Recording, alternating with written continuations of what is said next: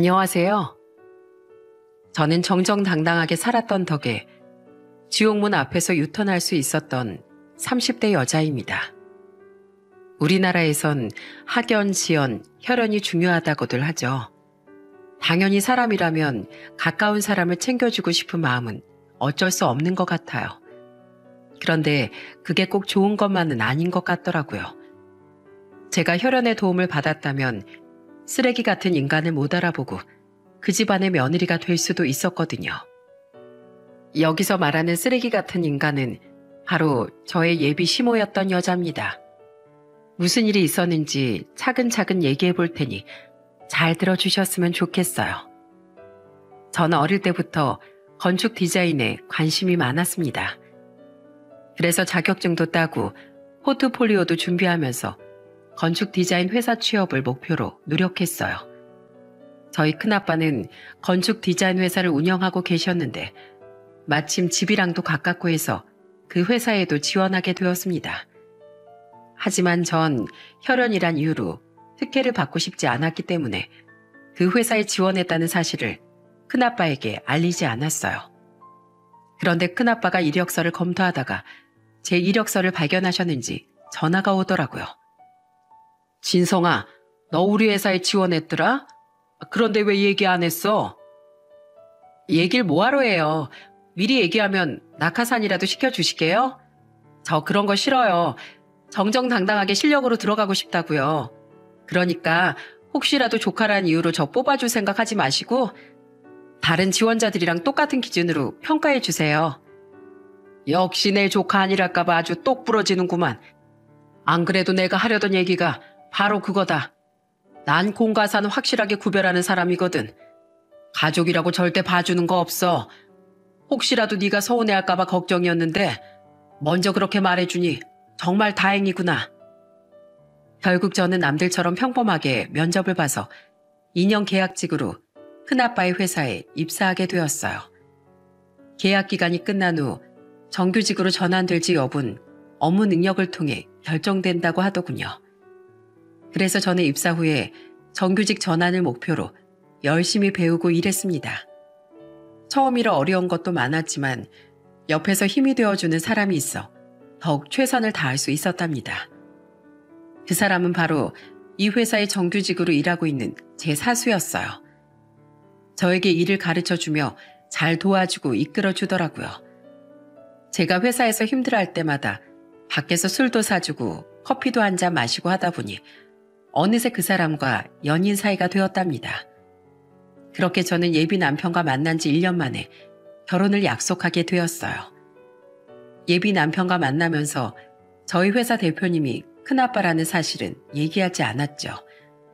큰아빠의 회사라고 해서 특혜를 받는 것도 없고 회사를 물려받는 것도 아니니 굳이 얘기할 필요 없다고 생각했거든요. 저희 부모님한테도 굳이 그런 얘긴 하지 말아달라고 당부드렸죠.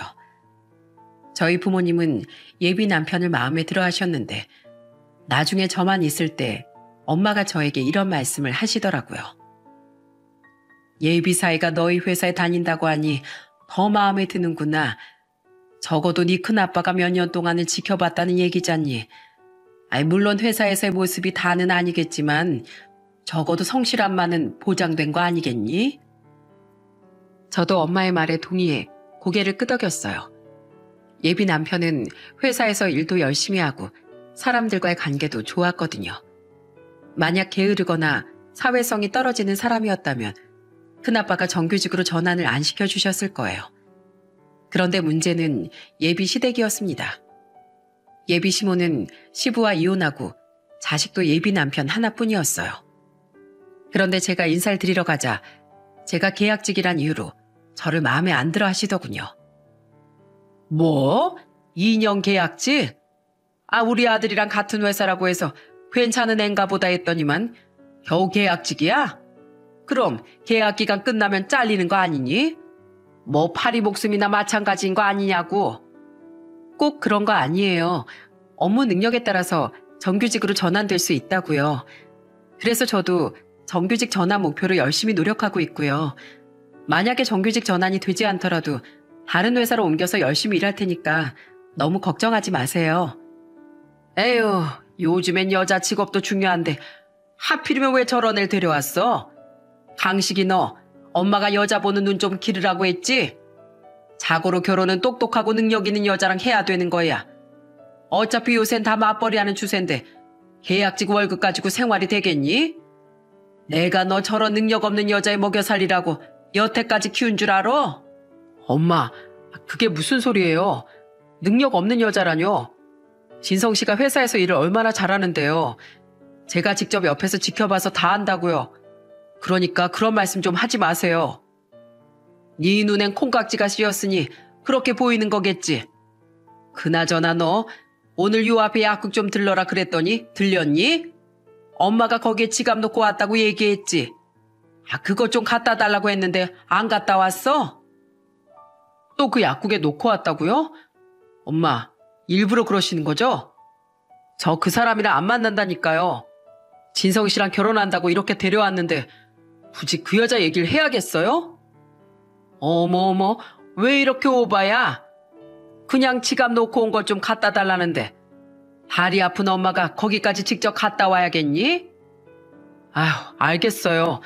그럼 이따가 진성 씨랑 같이 갔다 올게요. 가서 결혼할 여자라고 얘기할 거라고요. 그럼 됐죠? 뭐? 얘는 굳이 뭐하러 데리고 가? 너 혼자 갔다 와. 저는 뜬금없는 두 모자의 대화에 황당하기만 했습니다. 약국은 뭐고 그 여자랑 만날 생각 없단 얘긴 도대체 뭔지 알 수가 없었어요. 그래서 전 예비 남편에게 이렇게 물었습니다. 강식 씨, 이게 무슨 얘기야? 그 약국 여자랑 무슨 사이인데? 그러자 예비 남편은 한숨을 푹푹 쉬며 이렇게 대답하더군요. 별거 아니야. 이 앞에 약국 운영하는 여자 약사가 있는데 내 고등학교 후배거든. 이혼하고 지금은 혼자 살고 있는데 자꾸 엄마가 날 그 여자랑 엮으려고 하잖아. 걔가 예전에 날 좀 좋아했었거든. 그런데 지금이 무슨 조선시대도 아니고 당연히 내가 좋아하는 여자랑 결혼해야 되는 거 아니야? 난 그 여자랑 결혼할 생각 추호도 없다고. 엄마가 자꾸 핑계대면서 나한테 그 약국에 가게 만드는데 이번에 아예 당신이랑 같이 가서 얘기해야겠어. 결혼할 사람이 있다고 확실하게 못 박아야겠다고. 뭐? 그게 정말이야? 어머님, 앞으로는 그러지 마세요. 강석 씨가 싫다는데 왜 마음에도 없는 여자랑 이어주려고 하세요? 어머님 며느린 제가 할 테니까 다신 그 여자 얘기 꺼내지 마세요. 저도 기분이 좀 나쁘네요. 결국 전 식사가 끝난 후 밖으로 나와 예비 남편과 함께 그 약국으로 갔습니다. 그런데 예비 남편과 다정하게 손을 잡고 약국 안으로 들어가자 안쪽에서 있던 그 여자의 표정이 순식간에 굳어지더군요. 그 여자는 저를 의심스러운 눈초리로 쳐다보면서 예비 남편에게 말을 걸었습니다.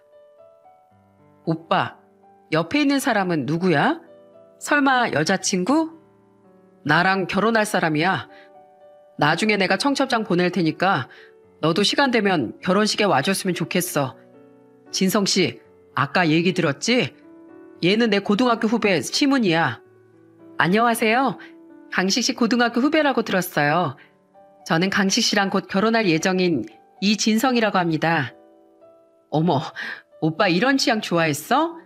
되게 의외다. 어머님이 오빠 만나는 여자 없다고 그랬었는데 조만간 셋이서 밥이나 한번 먹자고 그러셨거든.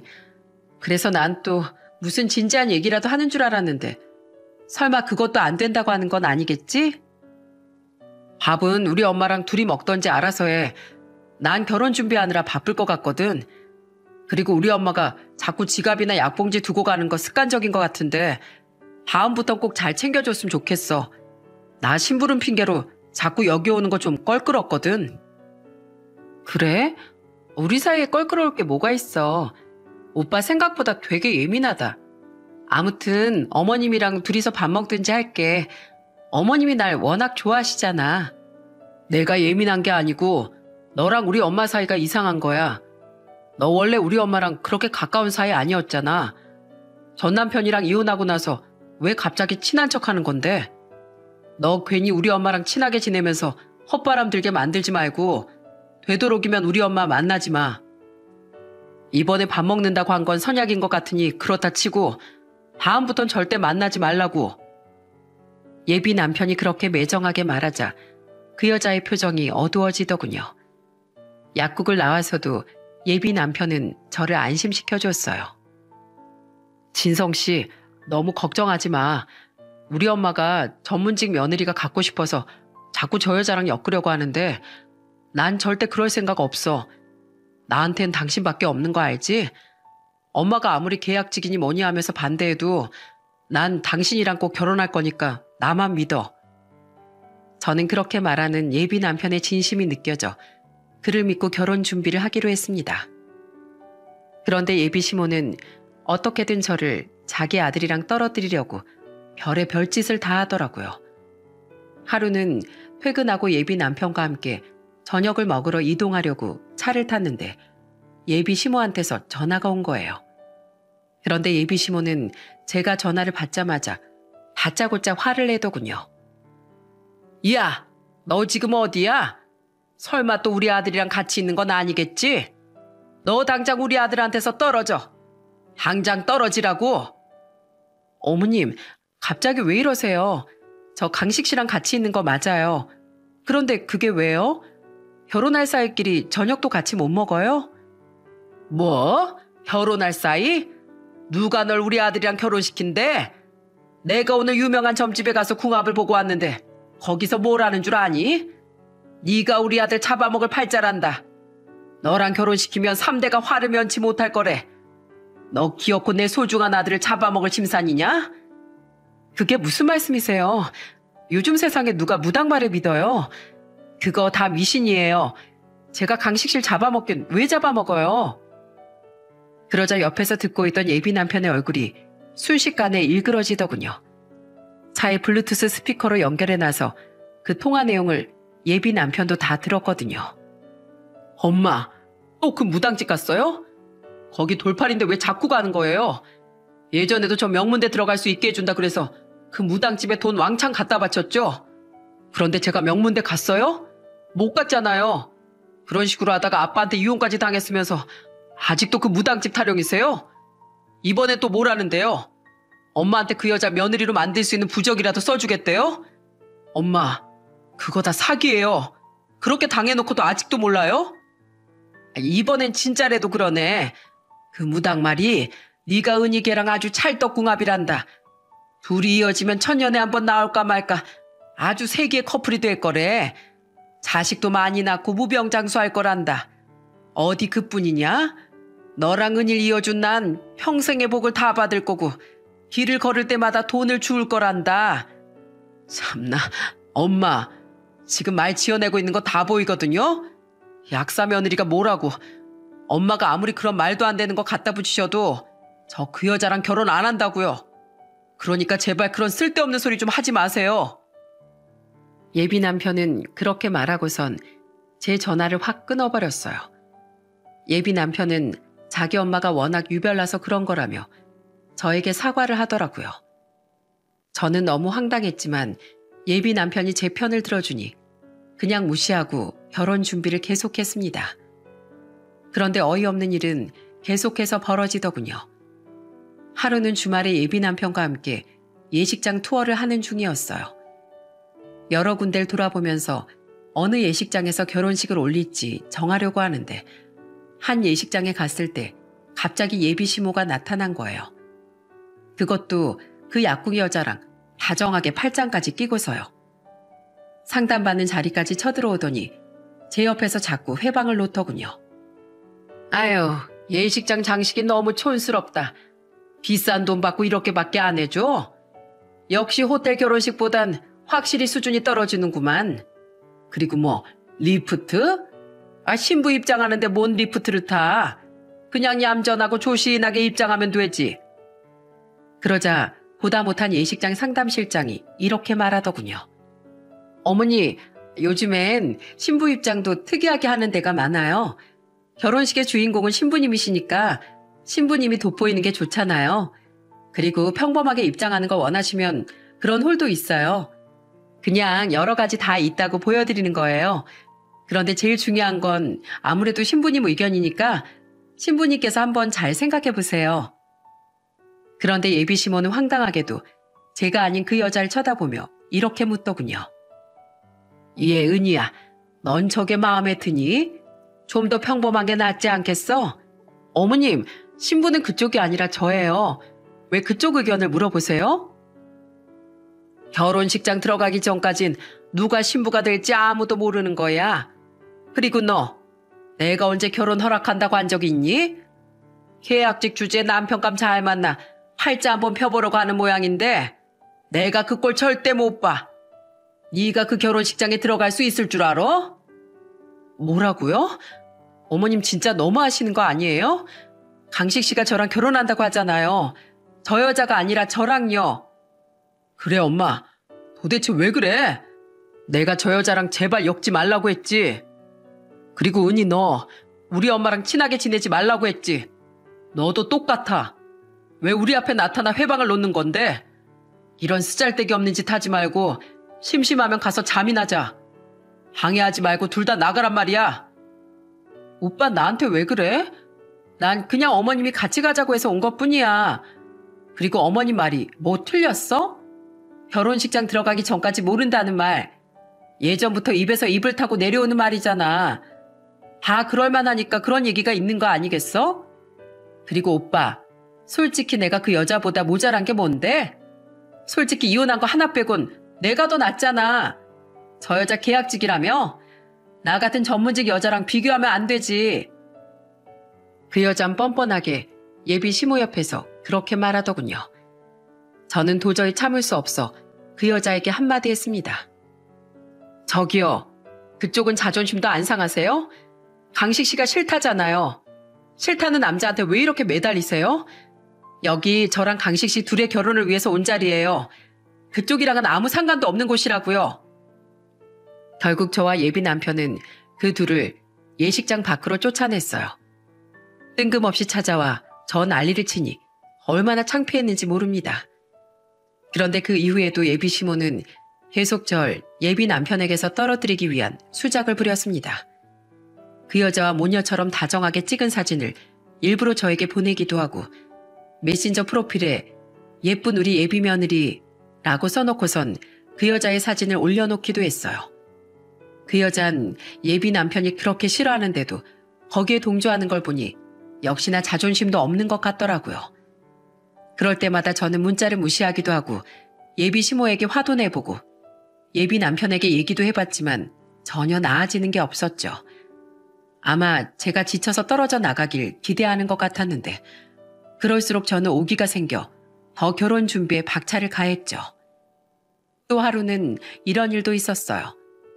웨딩 촬영 예약을 다 해놨는데 갑자기 업체 측에서 연락이 온 겁니다. 신부님, 예약 취소 확인차 연락드렸어요. 오늘 예비 시어머니라는 분이 전화가 오셨거든요.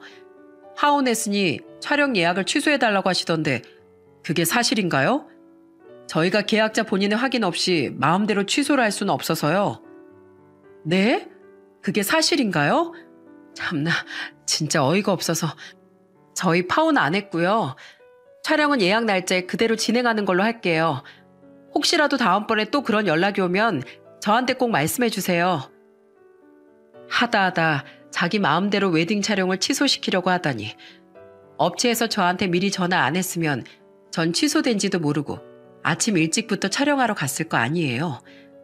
너무 황당해서 저는 예비 남편에게 얘기를 한 후 같이 예비 시모를 찾아가 따졌습니다. 어머님, 제가 강식 씨랑 결혼하는 게 그렇게 싫으세요? 어떻게 웨딩 촬영업체에 예약을 취소한다는 거짓말까지 하실 수가 있어요? 진짜 너무하신 거 아니에요? 안 너무하긴 뭐가 너무해. 어차피 넌 우리 아들이랑 결혼 못해. 우리 아들은 약사 며느리랑 결혼시킬 거라고. 어차피 결혼식도 안 할 건데 웨딩 사진은 뭐하러 찍어? 내가 너희들 괜히 돈 낭비할까 봐 도와준 거다. 고맙다고 하지 못할 망정 어디서 큰 소리야?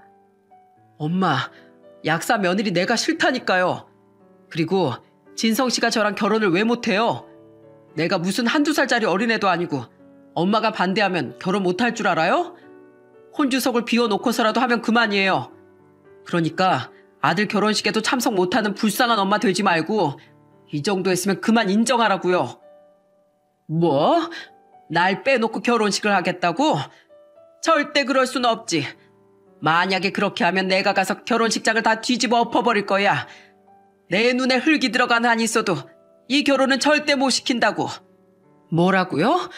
결혼식장을 뒤집어 엎겠다고요? 진짜 하다 별짓을 다 하시네요. 그래요. 어디 한번 그렇게 해보세요. 저는 뭐 부모도 없는 줄 아세요? 어머님이 그렇게 하시면 저희 부모님이 잘도 가만히 있겠네요. 아, 도대체 왜 이러는 거야? 진성씨, 가자. 더 이상 언성 높이면서 싸울 필요도 없어. 엄마가 뭐라고 하든 난 당신이랑 결혼할 거니까 신경도 쓰지 마. 예비 남편은 제 손을 끌고 그곳을 빠져나왔습니다. 저는 계속된 예비 시모의 괴롭힘에 이 결혼을 그냥 엎어버려야 하나 하는 생각까지 들었어요. 예비 남편은 참 좋은 사람인데 시모 자리가 그따위니 정말 고민이 되더라고요. 하지만 예비 남편이 매번 자기만 믿으라고 확신이 가득한 말을 하니 저도 조금 힘을 내보기로 했습니다. 그리고 예비 시모의 계속된 회방을 무시하며 결혼 준비를 계속했어요. 그렇게 시간이 흘러 결혼식이 한 달 앞으로 다가왔습니다. 회사에도 결혼한다고 알리고 청첩장도 다 뿌렸어요. 저희 둘의 교제 사실을 모르고 있던 회사 사람들은 깜짝 놀라면서 축하한다고 해주시더라고요. 저희 큰아빠도 저에게 따로 전화해 이렇게 말씀하시더군요. 진성아, 결혼 정말 축하한다. 그런데 우리 회사 직원이랑 만나면서 어떻게 그렇게 꽁꽁 숨긴 거야? 내가 청첩장 받고 얼마나 놀랐는지 몰라. 그래도 조강식 씨가 성실하게 일 잘하는 사람이니 너랑도 결혼 생활을 잘할 거라고 믿는다. 꼭 잘 살아야 돼. 알겠지? 이제 결혼식만 올리면 끝이라는 생각에 마음이 홀가분하더군요. 결혼하고 혼인신고까지 하고 나면 법적인 부부니까 예비 시모도 받아들일 거라고 생각했어요. 그런데 생각지도 못한 문제가 터지고 말았습니다. 회사에 청첩장을 돌린 그날 갑자기 어떤 손님이 절 찾아왔다는 거예요. 그 얘기를 듣고 로비에 나갔는데 예비 시모가 떡하니 그곳에 서 있더군요. 그 모습은 마치 제 인생을 망치러 온 지옥의 악마 같았습니다. 어머님, 여긴 왜 오신 거예요? 그러자 예비 시모는 다짜고짜 제 머리채를 잡더니 소리를 지르더군요. 야, 너 내 말이 우스워? 결혼하지 말라고 그렇게 말했더니 감히 청첩장까지 뿌렸겠다? 보잘것없는 파리 목숨 계약직 주제에 어딜 내 아들을 넘봐 넘보길. 너 내가 말했지? 내 눈에 흙이 들어간 한이 있어도 이 결혼 절대 못 시킨다고. 내가 아주 오늘 네 머리채 다 잡아뜯어서 대머리를 만들어주마. 예쁜 척하면서 웨딩드레스 입을 생각은 꿈도 꾸지 마. 아, 왜 이래요? 진짜 미쳤어요? 회사까지 와서 이게 무슨 짓이에요? 무슨 짓이긴 무슨 짓이야? 내 아들 잡아가려고 하는 여우 같은 계집애 혼쭐 내는 짓이지. 몇 달 뒤면 잘릴 계약직 주지. 내 아들한테 빨대 꽂고 살아가려고 했나 보지? 야, 내 아들은 너랑 급이 달라. 정규직이라고 정규직. 똑똑한 약사 며느리면 몰라도 너같이 무식한 계약직은 절대 며느리로 들일 수 없어. 지금 누구 보고 무식하다는 거예요? 이거 안 나요? 당장 나요. 다짜고짜 찾아와서 이러는 게 더 무식한 거라고요.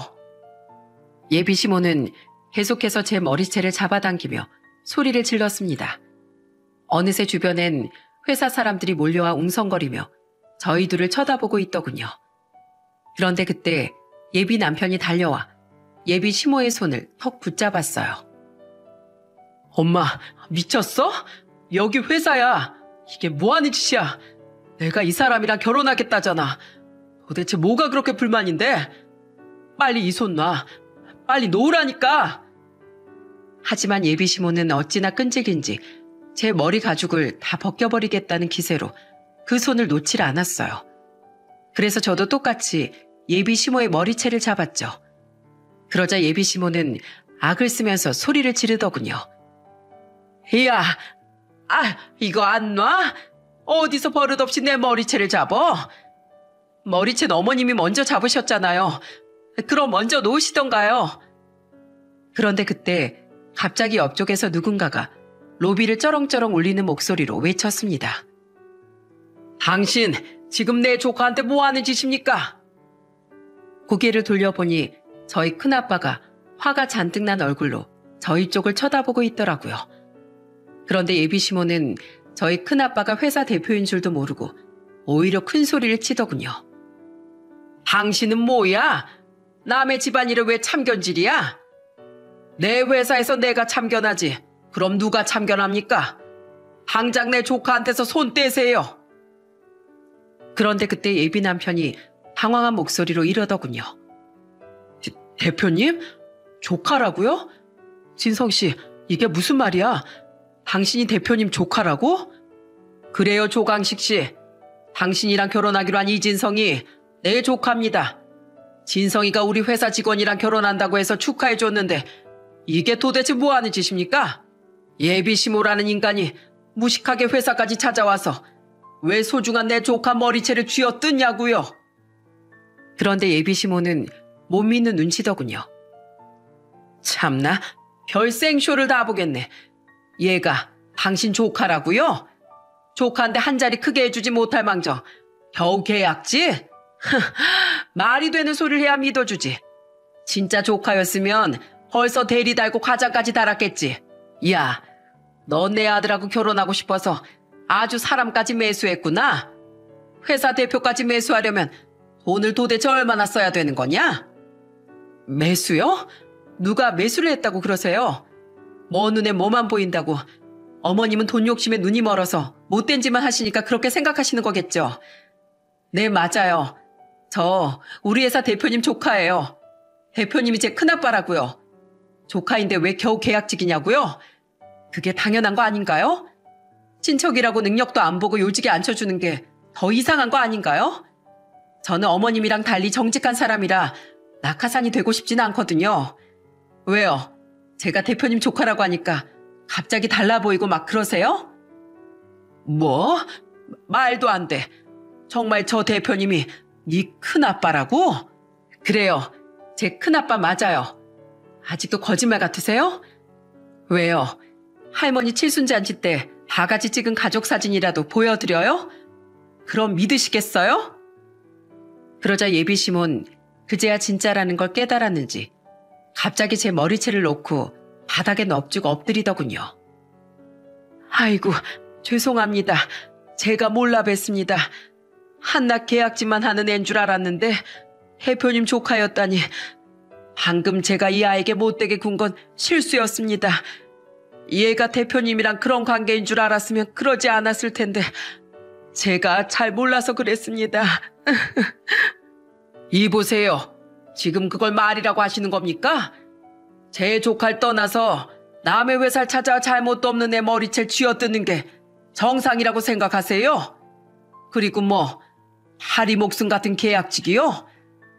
당신 아들 조강식 씨도 그 파리 목숨 계약직을 거쳐 정직원이 된 겁니다. 지금이라도 다시 파리 목숨으로 만들어드려요? 예? 저희 아들을 자르기라도 하겠다는 말씀이세요? 아이고, 잘못했습니다. 그것만은 절대 안 됩니다. 사랑스러운 저희 아들 백수로 만들 수는 없다고요. 제가 우리 아들 좋은 회사 다닌다고 얼마나 자랑하고 다녔는데 하필이면 저것이 대표님 조카였을 줄이야. 강식이 너 진짜 몰랐던 거야? 저 애랑 1년 넘게 같은 회사 다녔으면서 대표님 조카인 줄 진짜 몰랐단 말이야? 이런 건 진작 알아보고 얘기를 해줬어야지. 제가 알았으면 얘기를 안 했겠어요? 전 진짜 몰랐다고요. 진성 씨랑 대표님이 티를 안 내는데 어떻게 알아요? 진성 씨, 그동안 도대체 왜 나한테 얘기를 안 한 거야? 우리 엄마 몰라도 나한텐 얘기해도 되는 거였잖아. 그걸 왜 굳이 얘기해야 되는데? 내가 당신이랑 결혼하는데 내가 대표님 조카면 뭐가 달라져? 아, 달라지긴 하겠네. 내가 대표님 조카인 거 미리 알았으면 당신 엄마가 날 그렇게 괴롭힐 일도 없었겠지. 계약직이라고 그렇게 무시할 게 아니라 대표님이랑 친척 관계라고 나한테 온갖 아분 다 떨었을걸? 당신 엄마 그런 사람이잖아. 뭐야? 너 이제 하다 날 아주 나쁜 사람으로 만드는구나. 대표님, 얘가 이런 애입니다. 이래서 제가 결혼을 반대한 거라고요. 하지만 제가 마음씨가 넓은 사람이라 이해해 보려고 합니다. 이 아이 제 며느리로 인정할게요. 그러니까 오늘 제가 회사에서 소란 피운 건 한 번만 용서해 주시고 우리 아들 좀 잘 봐주세요. 예? 저는 제가 대표님의 조카라는 사실에 갑자기 돌변하는 예비 시모의 모습을 보고 치가 떨리더군요. 여태까지 예비 시모한테 괴롭힘을 당하면서도 예비 남편만 보고 결혼을 진행할 생각이었는데 회사에 찾아와 제 머리채를 뜯질 않나, 갑자기 두 얼굴을 보이질 않나, 도저히 이런 무식한 지방관 상종하고 싶지도 않더군요. 그래서 전 그동안 고민하던 것에 대해 답을 내리고 이렇게 말했습니다. 절 며느리로 인정한다고요? 필요 없어요. 이젠 제 쪽에서 거부할 거니까요. 저보고 당신 아들이랑 그렇게 헤어져 달라고 고사를 지냈죠? 원하는 대로 해드릴게요. 저 이 사람이랑 파혼하겠습니다.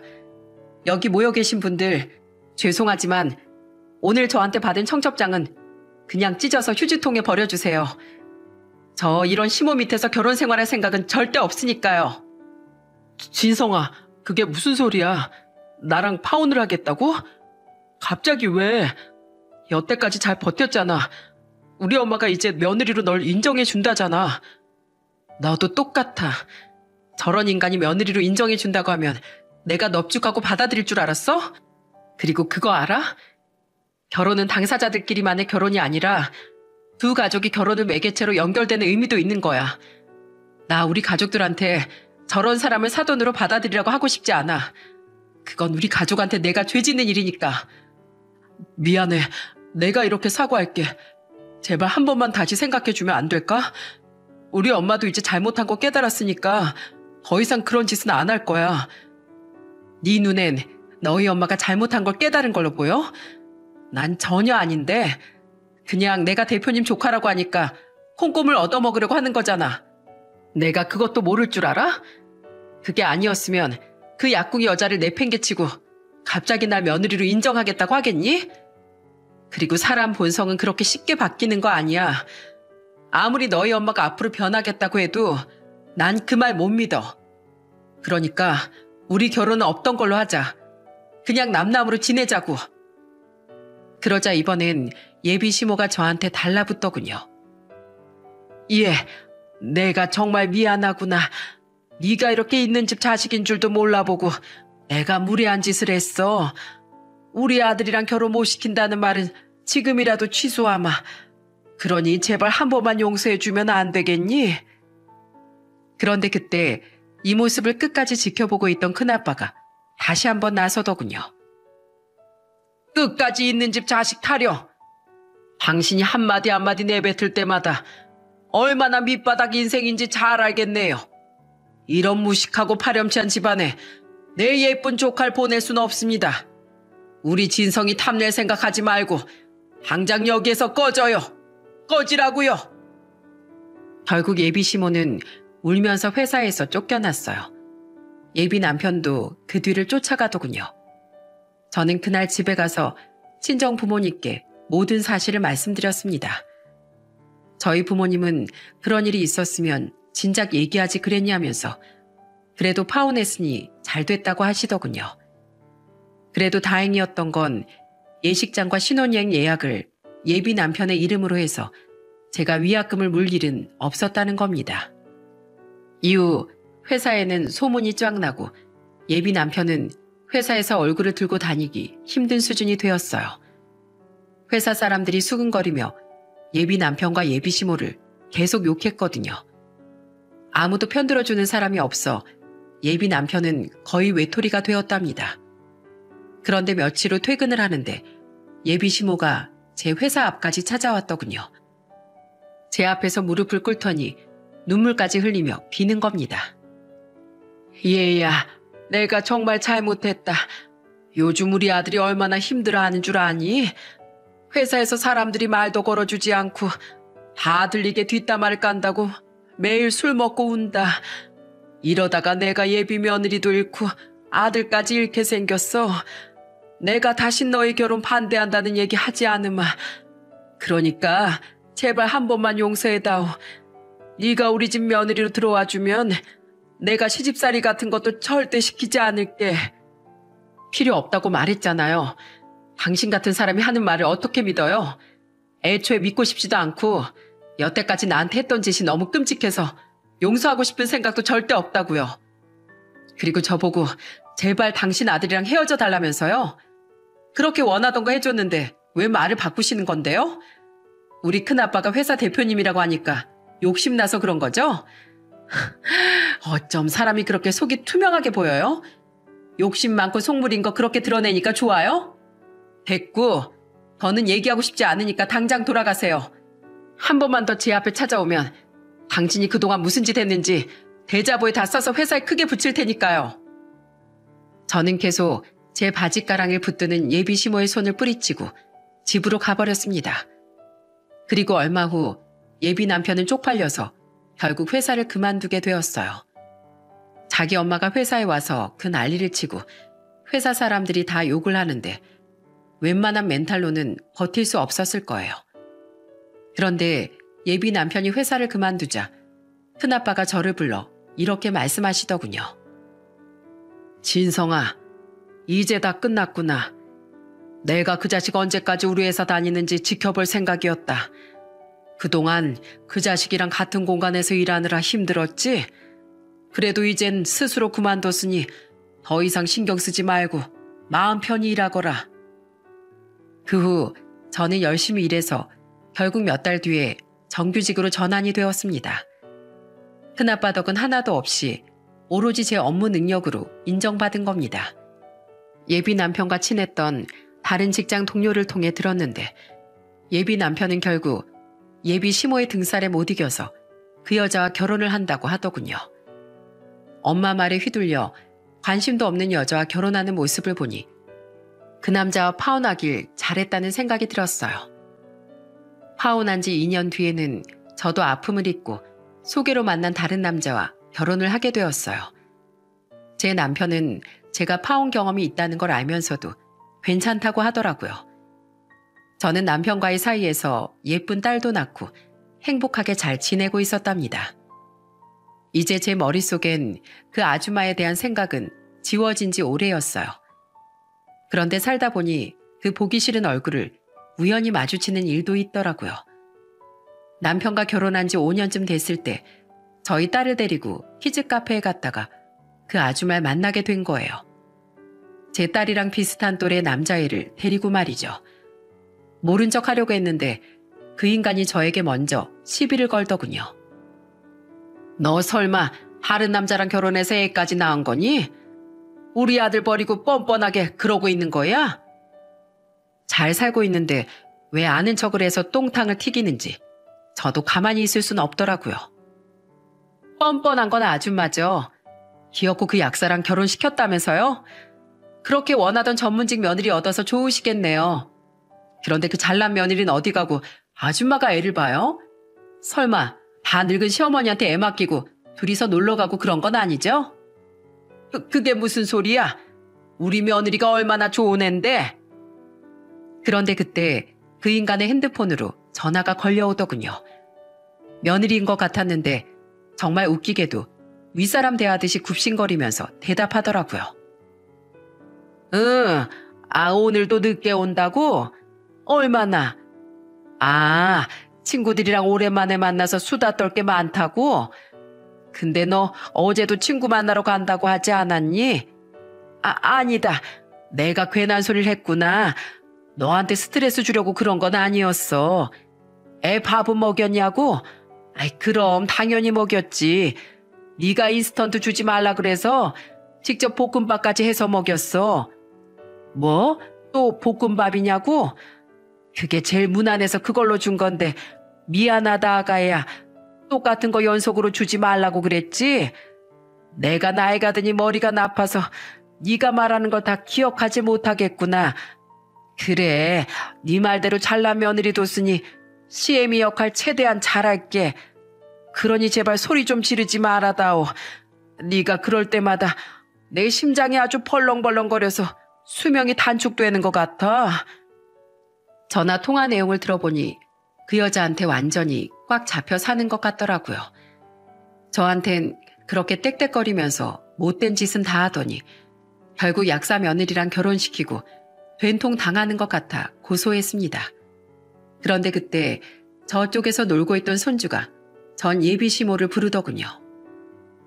할머니, 거기서 뭐해요? 나랑 같이 미끄럼틀 타요. 전 예비시모는 뒤뚱뒤뚱 달려가 손주를 따라 미끄럼틀 위로 올라가더군요.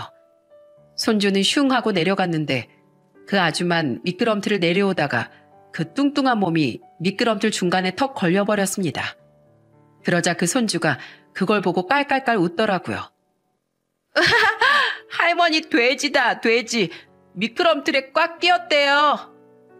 그 육중한 몸을 억지로 몸을 비틀면서 미끄럼틀에서 빠져나오려고 하는데 그 모습이 어찌나 우스꽝스럽던지 저도 모르게 크게 웃고 말았네요. 그런데 웃긴 일은 그것뿐만이 아니었습니다. 겨우 미끄럼틀 아래로 내려온 그 아줌마가 옷을 탈탈 털고 있었는데 손주가 또 이러는 거예요. 할머니, 저 얼마나 빠르게 내려가는지 한번 봐요. 미끄럼틀은 이렇게 타야 되는 거예요.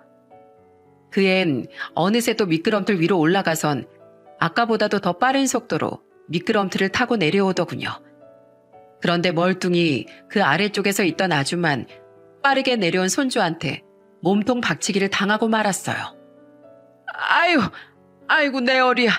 아이고 내 손모가. 재밌다. 할머니, 저 이번엔 썰매 탈래요. 썰매 끌어주세요. 그 아이는 넘어져서 괴로워하는 그 아줌마의 손을 붙잡고 썰매 쪽으로 가더군요. 손주를 태운 채 썰매에 달린 줄을 끌고 경사를 올라가야 하는데 나이 먹고 무릎도 안 좋아 버벅거리더라고요. 할머니, 왜 이렇게 느려요? 완전히 군뱅이 같아. 빨리 가요, 빨리. 내가 꼴찌하잖아요. 그 아줌만 어떻게든 빨리 끌고 가려고 하다가 힘들었는지 숨을 몰아쉬더군요.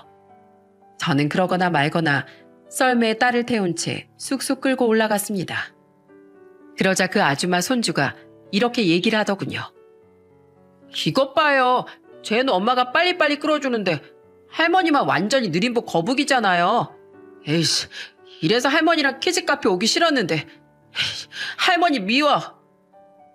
저 나이에 에너지 넘치는 남자애랑 놀아주는 것도 힘들 텐데 행동이 느리다고 그 어린이한테 핀잔을 듣는 걸 보니 정말 쌤통이더군요. 그 이후에도 손주랑 같이 트램펄린을 타다가 중심을 못 잡아 넘어지거나 밧줄을 잡고 클라이밍을 하는 곳에서 잘 올라가지 못해 떨어지기도 했습니다. 그걸 보고 손주는 또 깔깔거리더군요. 할머니 진짜 웃겨. 할머니 엉덩이에 바위가 들었나 봐요. 엉덩이가 왜 이렇게 무거워요? 저는 그 앞에서 일부러 보란 듯이 딸이랑 잘 놀아줬어요. 그 아줌만 저를 곁눈질로 흘깃하면서 씩씩대더군요.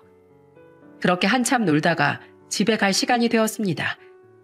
저희 남편이 시간 맞춰 키즈카페로 데리러 오자 딸이 아빠를 부르며 남편에게 안기더군요. 그런데 그 모습을 본 그 아줌마의 손주는 울상을 지으며 찡찡거렸어요. 나도 아빠가 데리러 왔으면 좋겠다. 할머니, 왜 난 엄마랑 안 놀고 할머니랑만 놀아요? 아빠가 못 오면 엄마라도 불러주면 안 돼요? 다른 애들은 다 엄마 아빠랑 놀잖아요. 이 엄마 아빠가 바쁘니까 그렇지. 그러지 말고 할머니랑 같이 버스 타고 집에 가자. 집에 가서 할머니가 또 놀아주면 되잖아. 싫어요. 왜 또 버스예요? 버스 타면 다리도 아프고 싫단 말이에요. 저는 그냥 가긴 뭔가 아쉬운 마음에 거기다 대고 한마디를 했습니다. 어머, 능력 있는 약사 며느리 얻었다면서 버스 타고 다녀요? 그냥 택시 타요. 설마 시모가 애도 봐주는데 택시도 못 타게 하는 거예요? 이야, 그 집 며느리 진짜 대단하네. 며느리 한번 잘 얻었네. 잘 얻었어. 그 아줌만 전곡을 찔렸는지 한마디도 못하더군요. 저는 그 말을 끝으로 그 자리를 쌩하고 빠져나왔어요. 몇 년 만에 그 지긋지긋한 얼굴을 보게 돼서 처음엔 기분이 나빴지만 며느리한테 잡혀 살며 독박 육아나 하고 있는 그 모습을 보니 너무 고소하더라고요. 그렇게 약사 며느리 원하면서 절 괴롭히더니 완전 쌤통이었어요. 제가 오늘 있던 일을 남편에게 얘기해주자 남편도 이렇게 말하더군요. 역시 나쁜 짓을 하니까 벌 받는 건가 봐. 당신 그동안 마음고생이 많았지? 그래도 이제는 지나간 사람들이니까 더 이상 생각하지 말고 우리끼리 잘 살자. 당신이 그 인간한테 괴롭힘 당한 만큼 내가 더 잘해줄게. 굳이 말하진 않으려고 했는데 남편이 궁금해해서 말해준 거였거든요. 그래도 남편이 그렇게 말해주니 정말 고마웠어요. 그 아줌마도 그 아줌마지만 아마 저랑 파혼한 그 남자도 사는 게 행복하진 않을 거예요. 엄마의 등살에 못 이겨 좋아하지도 않는 이혼녀랑 결혼해 애까지 낳았으니 뭐가 행복하겠어요? 게다가 자기 마누라가 제 엄마를 그렇게 휘어잡는데도 도와주질 않는 걸 보니 지금 어떤 상황일지 눈에 훤하더라고요. 아마 진작에 엄마랑 사이가 틀어졌거나 아니면 똑같이 그 여자한테 잡혀서 하는 거겠죠. 그 나이 먹고 엄마한테 휘둘리는 남자니 어떻게 보면 어쩔 수 없는 최후라고 생각해요. 만약에 제가 회사 대표님의 조카라는 사실을 처음부터 밝혔으면 어떻게 됐을까요? 아마 그 아줌만 본색을 드러내지 않은 채 저에게 좋은 시어머니인 척 했겠죠. 그 약국 여자한테 했던 것처럼요. 그럼 전 그런 쓰레기 같은 인간인 줄도 모르고 결혼을 했을 거고요. 시간이 흘러 나중에 그 아줌마의 더러운 본색을 알게 되면 결국 이혼을 하게 됐을지도 모르는 일이지만 이왕이면 빨리 아는 게 더 좋잖아요. 원래 이혼보단 파혼이 훨씬 낫다고 하더라고요. 저는 그래서 저희 큰아빠가 회사 대표라는 사실을 밝히지 않았던 걸 정말 잘했다고 생각해요. 제가 큰아빠의 혜택을 받지 않고 정정당당하게 승부를 보려고 했기 때문에 그런 나쁜 인간을 거를 수 있었잖아요. 덕분에 이렇게 좋은 남편을 만나 예쁜 딸도 낳고 행복한 결혼 생활을 보낼 수 있어서 너무 좋아요. 불경에 이런 말이 있대요. 논밭은 잡초 때문에 손해를 보고 사람은 탐욕 때문에 손해를 본다. 그 아줌마한테 딱 어울리는 말 아닌가요? 약사 며느리가 욕심나서 결혼하겠다는 저와 아들을 억지로 떼어놓으니 결국엔 손해를 다 뒤집어 썼잖아요. 아들은 쪽팔려서 잘 다니던 회사를 그만두고 그렇게 욕심내던 약사 며느린 본인 머리 꼭대기에 올라가 버렸으니 얼마나 비참할까요? 역시 못되게 사는 사람한텐 다 이런 말로가 찾아오나 봅니다. 여러분, 학연이나 지연, 혈연이 무조건 나쁘다고 말씀드리는 게 아니에요. 그냥 저처럼 그런 것에 연연하지 않고 사는 사람도 있다는 걸 알려드리고 싶어서랍니다. 결과적으론 그게 더 제 인생에 도움이 되었으니까요. 여러분들의 의견은 어떠신지 궁금하네요. 그럼 오늘도 행복한 하루 보내시길 바라면서 이야기를 마치도록 하겠습니다. 들어주셔서 정말 감사해요.